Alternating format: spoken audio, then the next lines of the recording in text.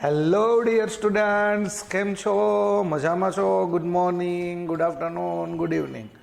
ફરી પાછું તમારું હાર્દિક સ્વાગત છે તમારી ફેવરિટ એવી YouTube channel physics with Sameer મહેતામાં.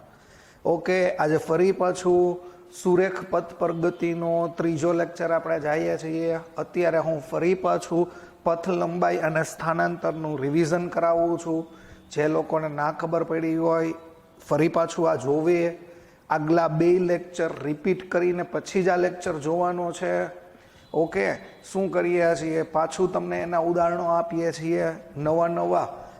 આગામી બે નાના મિની લેક્ચરમાં MCQ પણ અતિશય જોરદાર તમને હું આપું છું. બરાબર છે? તો આજુબાજુની તમામ પ્રવૃત્તિઓ બંધ કરો, નોટ પેન લઈ લ્યો, ફોકસ ઓન ધ બોર્ડ.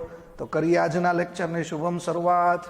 આજનો આપણો ટોપિક છે પથ લંબાઈ અને સ્થાનાંતર.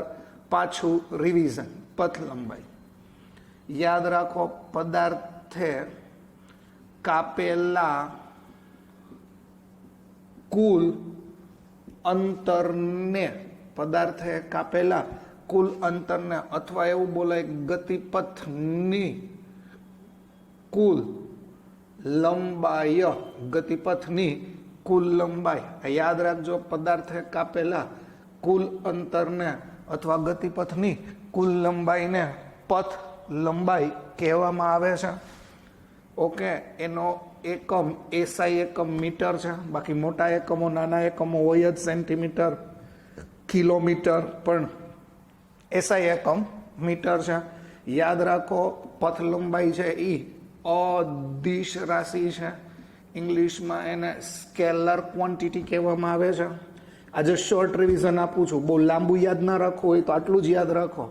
એટલે યાદ રાખો, એને દિશાની જરૂર નથી, ફક્ત મૂલ્યની જરૂર છે.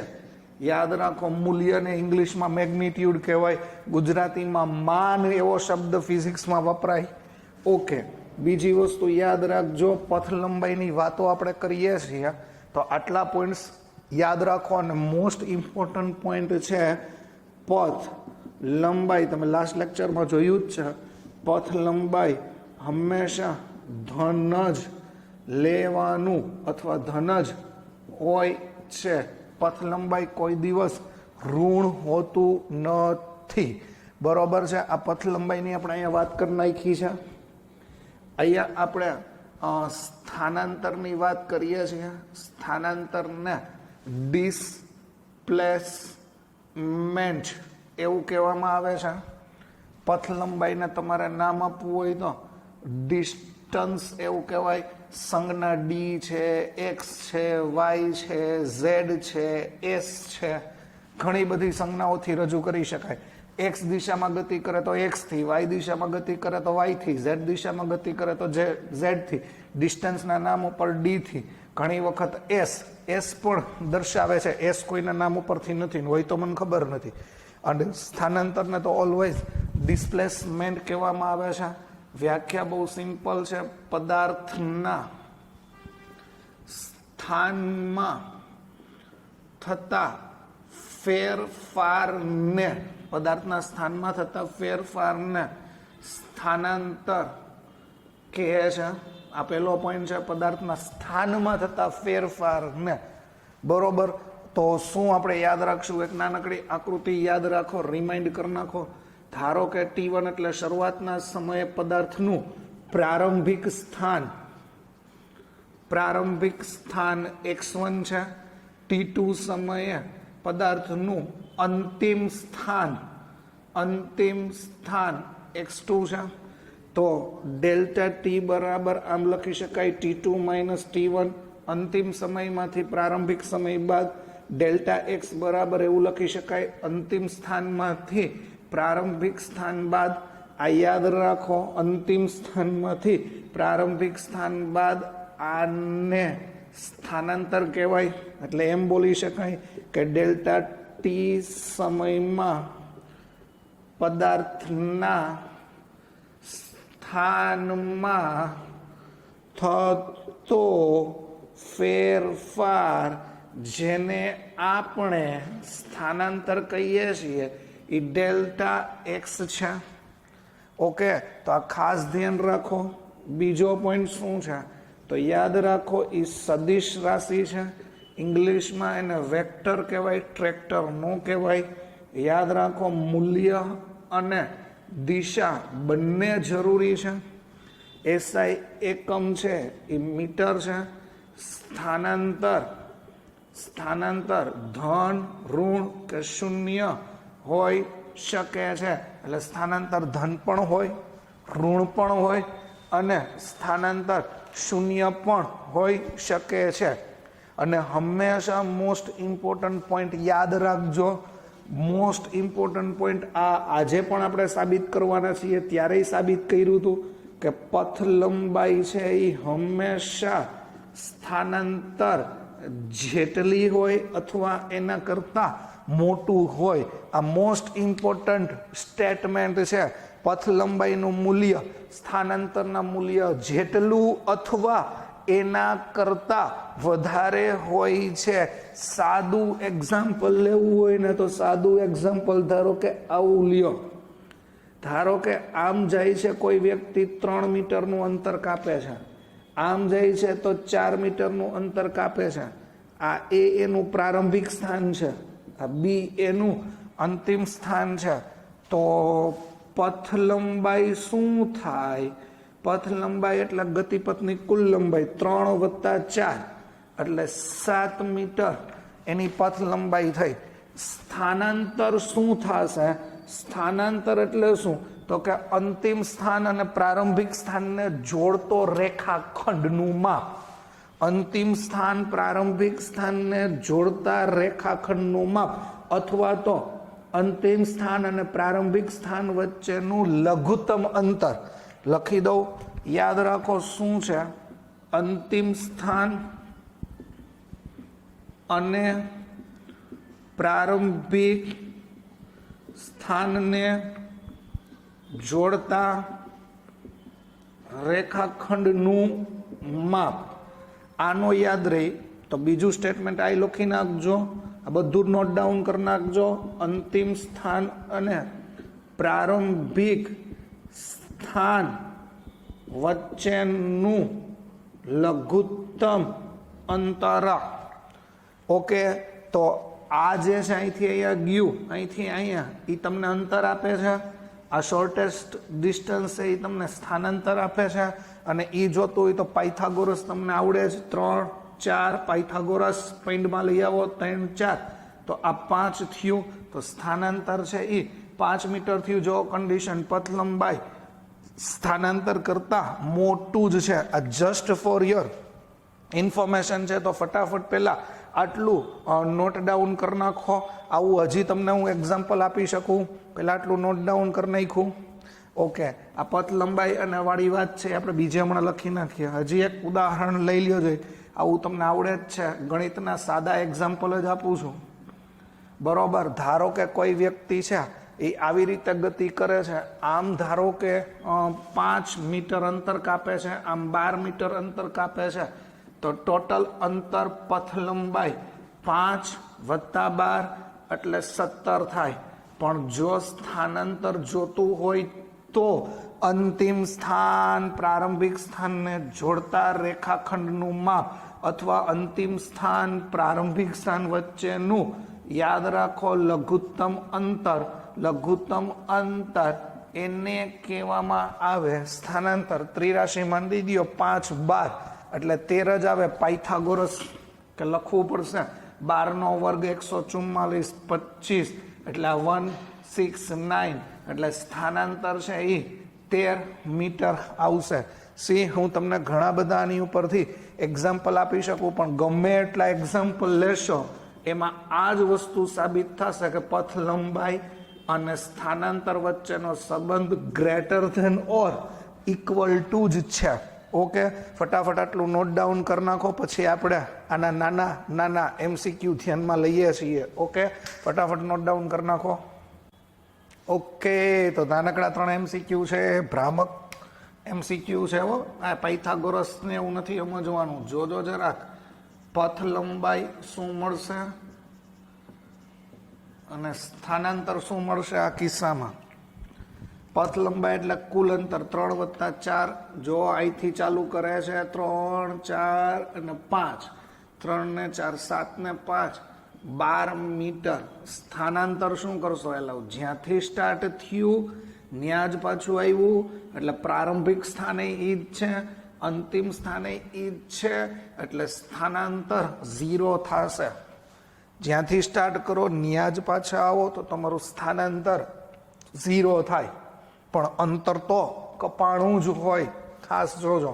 ઓકે, આ કિસ્સાની અંદર તમારે પથ લંબાઈ ગોતવી છે. હવે તો આવડી જ જાય. 6 + 2 આમ છે, 6 ને 2 8 ને 2 10 ને 2 12 મીટર છે. પણ સ્થાનાંતરમાં થોડુંક ધ્યાન રાખવું. સ્થાનાંતર એટલે શું કીધું? અંતિમ સ્થાન અને પ્રારંભિક સ્થાન વચ્ચેનું લઘુત્તમ અંતર. લઘુત્તમ અંતર એટલે આટલું ગોતવાનું છે. આટલું તો તમારી પાસે 6 છે જ, સામસામેની બાજુ હરખી હોય એટલે 6 ને 2 8 થઈ ગયું. તો સ્થાનાંતર છે એ તમારું 8 મીટર થયું. ઓકે, હજી એક વસ્તુ હું તમને કહું છું, સાંભળજો. હજી કોઈને સ્થાનાંતર અને અંતરમાં ખબર ના પડી હોય તો એવું વિચારો, ધારો કે કોઈ એક વ્યક્તિ A થી B જાય છે અને એને 15 મીટરનું અંતર કાપ્યું છે. સુરેખ પથ પર જાય છે. કેવા પથ ઉપર જાય છે? સુરેખ પથ પર, સીધા રસ્તા ઉપર જાય છે. તો આવા કિસ્સામાં એને કાપેલું અંતરે 15 મીટર થશે અને એને કાપેલું સ્થાનાંતરે 15 મીટર થશે. અંતિમમાંથી પ્રારંભિક બાદ કરો તોય 15 અને ગતિપથની કુલ લંબાઈ 15. તો આની ઉપરથી એક સ્ટેટમેન્ટ તમે યાદ રાખી શકો, જ્યારે કોઈ પદાર્થ ગતિની દિશા ન બદલે, જો શબ્દ સમજજો, IMP નોટ કરીને લખી નાખજો. જ્યારે કોઈ પદાર્થ પોતાની ગતિની દિશા ના બદલે, અથવા એવું લખી શકાય ગતિ માર્ગ ન બદલે. આ બે શબ્દ યાદ રાખજો. જ્યારે કોઈ પદાર્થ ગતિની દિશા ન બદલે અથવા ગતિ માર્ગ ના બદલે, તો એવા સંજોગોમાં પથ લંબાઈ અને સ્થાનાંતર બંનેનું મૂલ્ય સરખું થશે. આના કરતા ઈઝી ટેકનિક છે જ નહીં. જો હું આમ સીધો જાઉં છું, તમે સીધા જાઓ છો, મેં 10 મીટર અંતર કાપ્યું, તમે 10 મીટર અંતર કાપ્યું, આપણે બે 10 મીટર અંતર કાપ્યું, તો આપણું સ્થાનાંતર 10 મીટર થાય. જો પદાર્થની ગતિની દિશા ન બદલે, ગતિ માર્ગ ન બદલે, તો એવા કિસ્સામાં પથ લંબાઈ અને સ્થાનાંતર સરખું થશે. આમાં જુઓ, ગતિની દિશા બદલી. હમણાં આગળ તમને એક દાખલો આપ્યો તો 3, 4. જુઓ, આમાં પદાર્થની ગતિની દિશા બદલી તો તમારું સ્થાનાંતર 5 આવ્યું. આમાં ગતિની દિશા બદલી, આમાં ગતિની દિશા બદલી. તો આનું વિરોધી સ્ટેટમેન્ટ શું યાદ રાખશો? જ્યારે કોઈ પદાર્થની ગતિની દિશા એટલે કે ગતિમાર્ગ બદલે ત્યારે પથ લંબાઈ હંમેશા સ્થાનાંતર કરતા મોટું જ આવશે. આર્યો એનો કિસ્સો. આ પથ લંબાઈ એટલે અંતર, સોરી, આનો કિસ્સો છે. પથ લંબાઈ અને અંતર જોઈ લ્યો, ખબર પડી પથ લંબાઈ અને સ્થાનાંતર. આગલો કિસ્સો જોઈ લ્યો, પથ લંબાઈ અને સ્થાનાંતર. શબ્દ સમજાય છે? પાછું રિપીટ. જ્યારે પદાર્થના ગતિમાર્ગની દિશા ન બદલે તો અંતર અને સ્થાનાંતર સરખું આવશે. ગતિમાર્ગની દિશા બદલશે તો હંમેશા પથ લંબાઈ મોટી થશે અને સ્થાનાંતર નાનું થશે. આઈ હોપ કે તમને આ વસ્તુ સમજાઈ ગઈ હશે. શોર્ટેસ્ટ રિવિઝન કરાવું છું. જે લોકોને ના ખબર હોય, 9મું ધોરણ ના ભણ્યા હોય, એના માટે છે. બહુ પાયાની 9મા ધોરણની બેઝિક વાતો છે આ બધી, પણ સમજવી જરૂરી છે. ઓકે, આ થોડોક ટ્વિસ્ટિંગ સમ છે. તમારી રીતે જોવો જોઈએ, ટ્રાય કરવો જોઈએ. બીજું ખાસ પોઈન્ટ આઉટ છે, ત્રીજું ચેપ્ટર સ્ટાર્ટ થાય છે, ગણિતની જરૂર પડશે. બેઝિક મેથેમેટિક્સનો પહેલો લેક્ચર, બીજો લેક્ચર, ત્રીજો લેક્ચર આ બધા જોવાના છે, જેમાં વિકલન અને સંકલન આપ્યું છે. એના વિના આપણું કામ આગળ હાલશે નહીં. તો આગામી 3-4 દિવસ સુધી રોજ એના વિડીયો રિપીટેશન્સ કરો, તમારા માટે બેનિફિશિયલ છે. બાકી મેથ્સમાં પ્રોબ્લેમ આવશે. જો સાંભળો, આ હું કરી દઉં છું. દાખલો 2 રીતે થાય છે.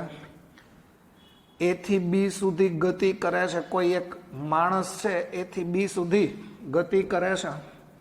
OA OB બરાબર 100 મીટર આવું આપ્યું છે. OA OB ત્રિજ્યા થાય 100 મીટર આપ્યું છે. મેં હિન્ટ આપી અને ખૂણો 60નો છે, કોઈ પણ આપી શકે. તો મેં આમાં ખાલી તમને પથ લંબાઈ ગોતવાનું કીધું. પથ લંબાઈ એટલે ગતિપથની કુલ લંબાઈ, પણ ખૂણો આપ્યો છે, કેવી રીતે ગોતશો? હાઉ ટુ ફાઇન્ડ પથ લંબાઈ? તો યાદ રાખજો કેવી રીતની વાત છે. અહીંયા મેથ્સ જરૂરી છે.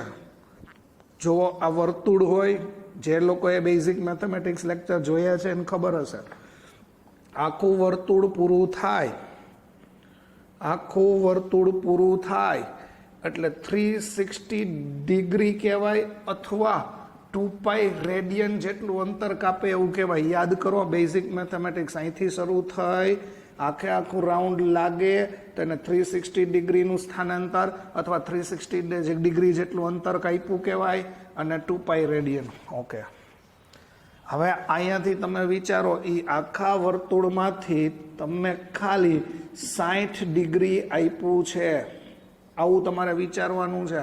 અને વ્યક્તિ એ થી બી જાય છે, તો આખા વર્તુળ 360નું હોય, એમાંથી 60 આપ્યું છે એટલે કેટલામો ભાગ આપ્યો કહેવાય? તો તમારે અહીંયા લખવું પડે પરિઘનો. પથ લંબાઈ ફાઇન્ડ આઉટ કરવી હોય, પથ લંબાઈને આપણે S નામ આપી દઈએ. હાલો, તો પરિઘનો કેટલામો ભાગ? કાંઈ નહીં કરવાનું. 360 ડિગ્રી છે, આ 60 છે, 60 વયું ગયું એટલે 3 થાય, એમ ન થાય. 60 આ જો 6 એટલે તમને ખબર પડવી જોઈએ એ પરિઘનો છઠ્ઠો ભાગ થાય. પરિઘનો કેટલામો ભાગ થયો? છઠ્ઠો. અગેન રિપીટ, આખું વર્તુળ 360 ડિગ્રીનું હોય, એમાંથી 60 ડિગ્રી આપ્યું છે એટલે કેટલામો ભાગ આપ્યો છે? તો કે 360 ભાંગા કરી નાખો એટલે આ તમને મળ્યું છઠ્ઠો ભાગ. બસ કિંમત મૂકી દો 2. પાઈ એટલે 3.14, R એટલે 100 અને છેદમાં 6. ઘણી વખત લોકો પાઈની કિંમત લખતા નથી, ઓપ્શનમાં જોઈ લેવું. તો અહીંયા 314 628 ભાંગા 6 થયું એટલે વળી પાછું અહીંયા તમે લખી શકો 314 ભાંગા 3 એટલે S is equal to 104 point something answer આવશે. એને રાઉન્ડિંગ ઓફ કરી 105 લખી શકશો, 104.68 જેવું આવે છે. રાઉન્ડિંગ ઓફ કરી 105 લખી શકશો. ઓકે, એક આ રીત છે. આ રીત ના ખબર પડે તો ચેપ્ટર 2 ની રીત યાદ કરાય. કઈ? યાદ કરો, યાદ કરો. સમતલ કોણ બરાબર ચાપના છેદમાં ત્રિજ્યા. એલાવા ચાપ જ થઈ કે નહીં? તો ચાપને સૂત્રનો કરતા બનાવી દો. તો અહીંયા સૂત્ર વપરાય સમતલ કોણ ગુણ્યા ત્રિજ્યા. બ્રેન યુઝ કરો. ચાપ એટલે એ તમારું અંતર થયું, આ ચાપ એ બી. હવે સમતલ કોણ જો અહીંયા 60 ડિગ્રી લખ્યું અને ત્રિજ્યા 100 લખી એટલે દાખલો નહીં થાય. કારણ કે મેં તમને બીજા ચેપ્ટરમાં બહુ ભારપૂર્વક કીધું હતું કે દાખલો ગણતા હો ત્યારે ફરજિયાત ખૂણો રેડિયનમાં હોવો જોઈએ. તો 60 ડિગ્રી એટલે કેટલું થાય? પાઈના છેદમાં 3 રેડિયન. યાદ કરો, આ 60 ડિગ્રી એટલે 360 ડિગ્રી એટલે 2π. પહેલો લેક્ચર જોજો તો જ આ ખબર પડશે. 60 ડિગ્રી આ વિચારો જો, આ 360 ડિગ્રી એટલે 2π. તો 60 ડિગ્રી કેટલું? ત્રિરાશી માંડી દેજો જે ન ખબર પડે એ. તો 60 એટલે આમે તમને શીખડાયું હતું, પાઈ એટલે 180 થાય. આ નીકળી જાય તો અહીંયા π/3 અને 100 લખાય. આ પાઈ. હવે તો તમને ખબર પડી ગઈ, રેડિયનમાં આવી ગયું. રેડિયનમાં આવી ગયું એટલે 3.14 ગુણ્યા 100 ડિવાઈડ બાય 3 એટલે વળી પાછું 104.6 મીટર અથવા 105 મીટર બે રીતે થાય છે. થોડુંક ધ્યાન રાખીને કરજો. જ્યારે ખૂણો આપ્યો હોય ત્યારે ફટાફટ આ વસ્તુ નોટ ડાઉન કરો. પછી આપણે બુકની અંદર જે ઉદાહરણ આપ્યું છે એની ઉપરથી એક આછો પાતળો ખ્યાલ મેળવીએ પથ લંબાઈ અને સ્થાનાંતરનો. ઓકે, બુકનું જ ઉદાહરણ લઈએ છીએ. ગયા વખતે મેં કારનું ઉદાહરણ લીધું હતું, આંકડા ફેરવા હતા. આ વખતે બુકના જ ઉદાહરણો લઈએ છીએ, આંકડા બુકના જ લઈએ છીએ. ફટાફટ નોટ ડાઉન કરો. ઓકે, દર્પણનું ટેક્સ્ચ્યુઅલ એક્ઝામ્પલ જ છે. બે પેજ 3 પેજ ભરીને આપ્યું છે. આપણે શોર્ટ કરી દીધું છે અને બધા જ કિસ્સા શોર્ટથી લખી દીધા છે. તમારે બહુ હેરાન ના થવું પડે એટલે. તો પથ લંબાઈ અને સ્થાનાંતર આ બધા જ કિસ્સા લખ્યા છે. આંકડા એવું છે કે અહીંથી ધારો કે આપણી કાર ઉપડે છે એટલે આપણું સંદર્ભ બિંદુ થયું. આ યાદ કરો, બધા જ શબ્દ સમજાવ્યા છે. સંદર્ભ બિંદુ, ઓરિજિન બિંદુ. આમ છે એ તમે એવું વિચારો, આમ છે એ આપણી ધન એક્સ બાજુ છે અને ઉદ્ગમની આમ હોય એ બધી ઋણ એક્સ થાય. અંતર હંમેશા ધન જ લેવાનું છે.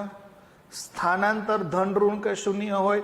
કન્સેપ્ટ મગજમાં રાખજો તો વધારે મજા આવશે. હાલો, આ સાઈડ આપણે અંતર અને પથ લંબાઈ ગોતીએ છીએ 1 2 3 4 કહીશ, અને આ સાઈડ આપણે 1 2 3 4 કહીશમાં સ્થાનાંતર ગોતવું છે. તો હાલો પહેલા O થી P ની ગતિમાં કાપેલું અંતર બોલો કે પથ લંબાઈ બોલો. પથ લંબાઈ એટલે યાદ કરો ગતિપથની કુલ લંબાઈ એવું થાય. તો O થી P ની ગતિ થાય છે. O થી P ની ગતિ, O થી P ની ગતિ એમાં અંતિમમાંથી પ્રારંભિક કે એવું નથી બાદ કરવાનું, ધન જ લેવાનું છે.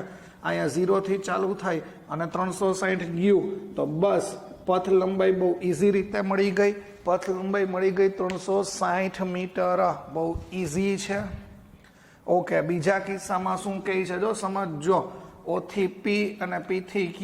આ તમે ગાડી લઈને જતા હતા બરોબર, ઘરેથી નીકળી ગયા, O થી P ગયા, ઘરવાળીને ભૂલી ગયા તો P થી Q પાછા રિટર્ન થયા.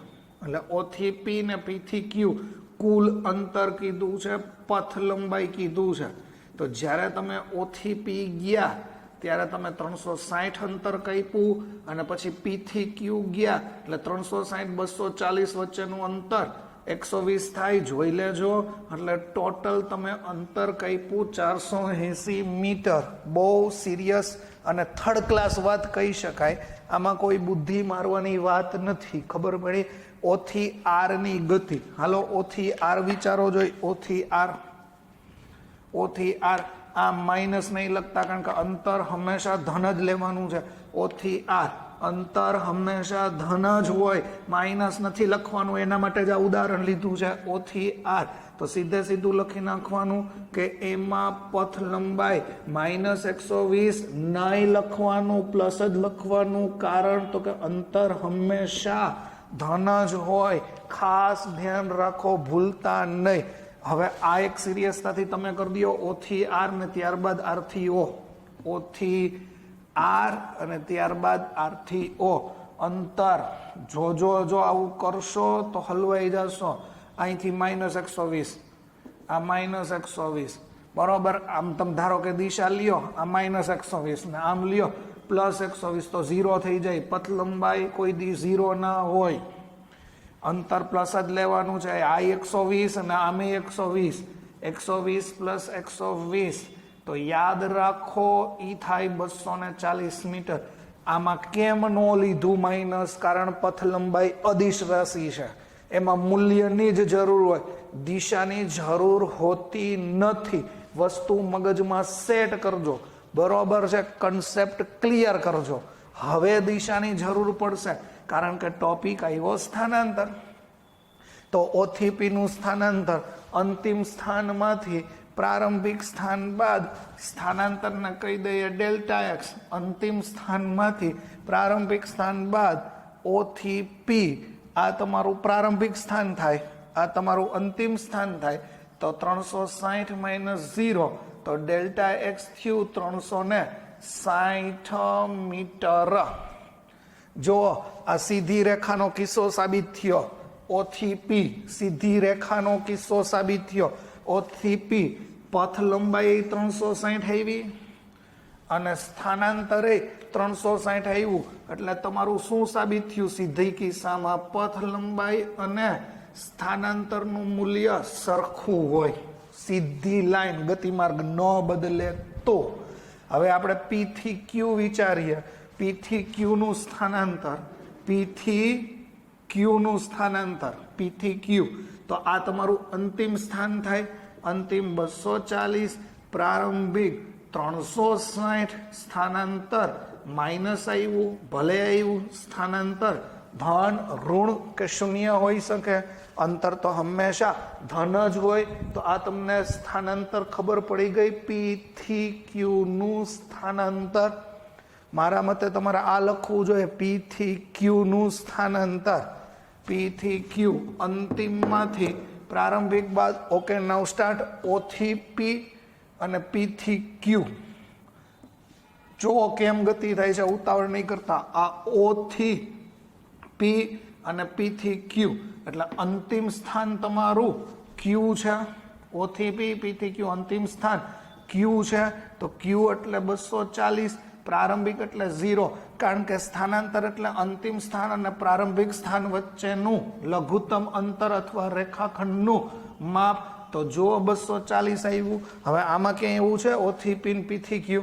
જુઓ, ઓ થી પી પી થી ક્યુ અંતર 480 આવ્યું, સ્થાનાંતર 240 આવ્યું. તો અહીંયા તમારું ઈ ગ્રેટર ધેન થયું, એટલે તમે અહીંયા બે કન્ડિશન સાબિત કરી શકો છો.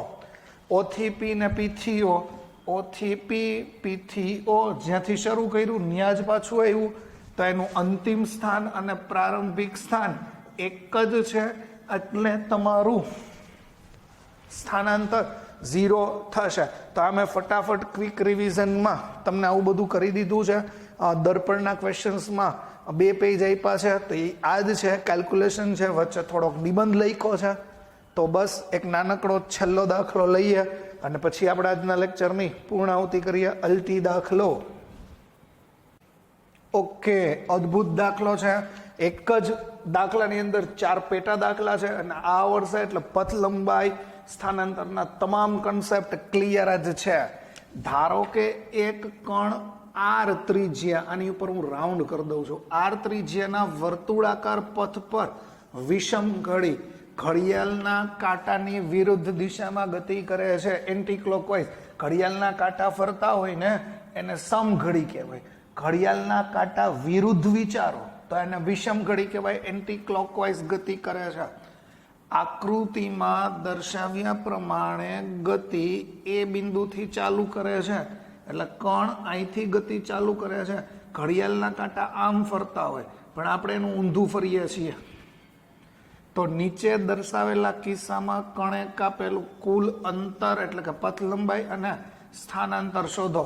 ઓકે, તો પહેલા તમારે એવું વિચારવાનું છે, એ થી બી જાય ત્યારે, પછી એ થી સી જાય ત્યારે, પછી એ થી ડી જાય ત્યારે, અને પૂર્ણ પરિભ્રમણ એટલે એ થી એ આવે ત્યારે પથ લંબાઈ અને સ્થાનાંતર ગોતવાનું છે. તો લેટ્સ સ્ટાર્ટ.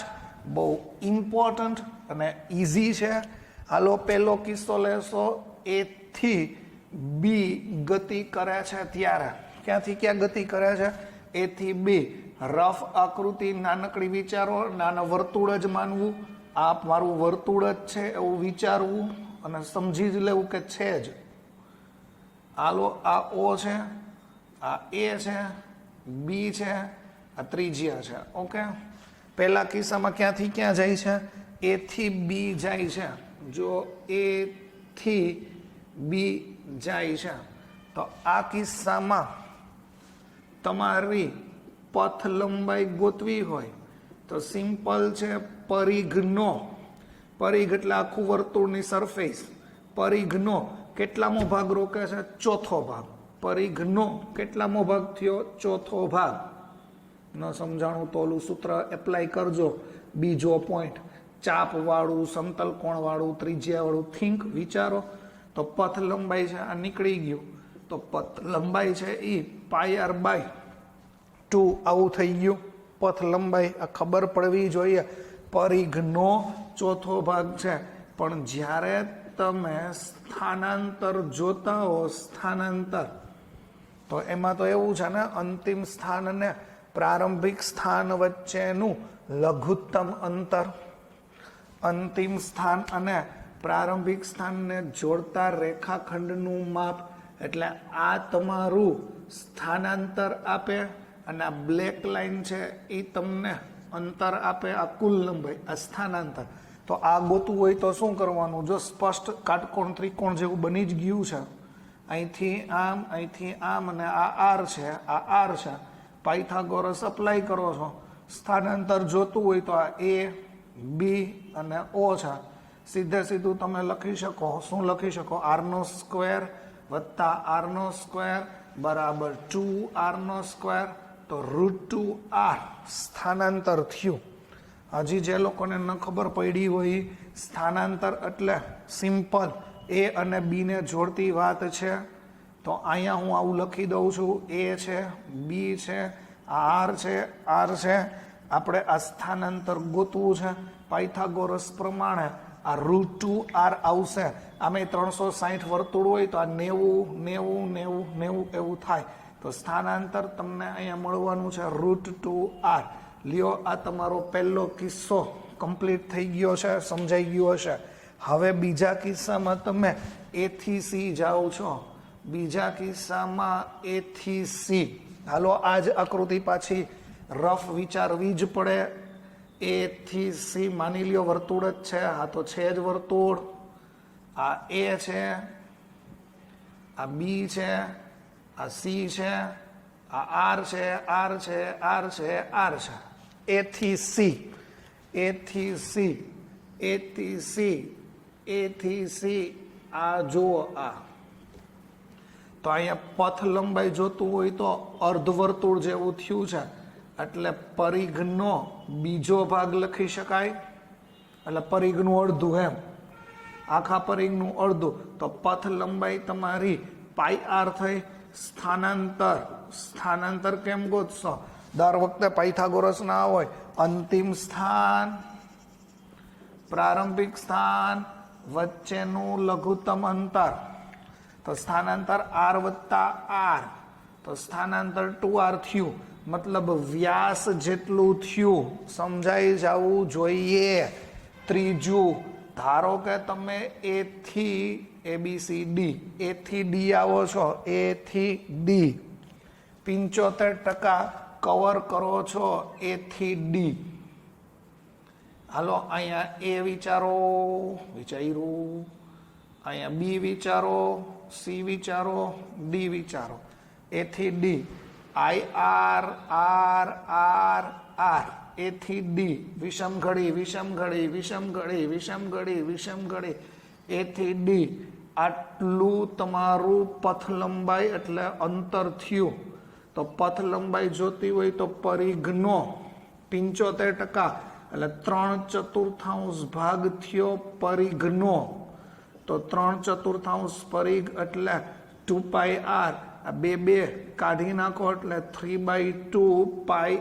આને ઉડાડી દેજો. તો આ તમારી પથ લંબાઈ થાય. સ્થાનાંતર કેમ ગોતશો?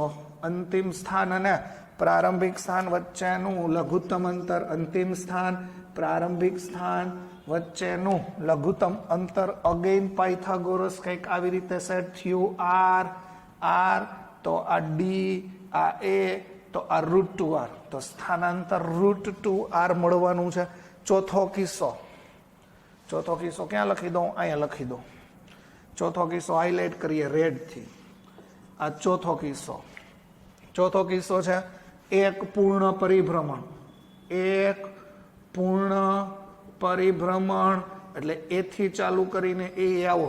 આકૃતિ નથી દોરવી, આમાં જ સમજો.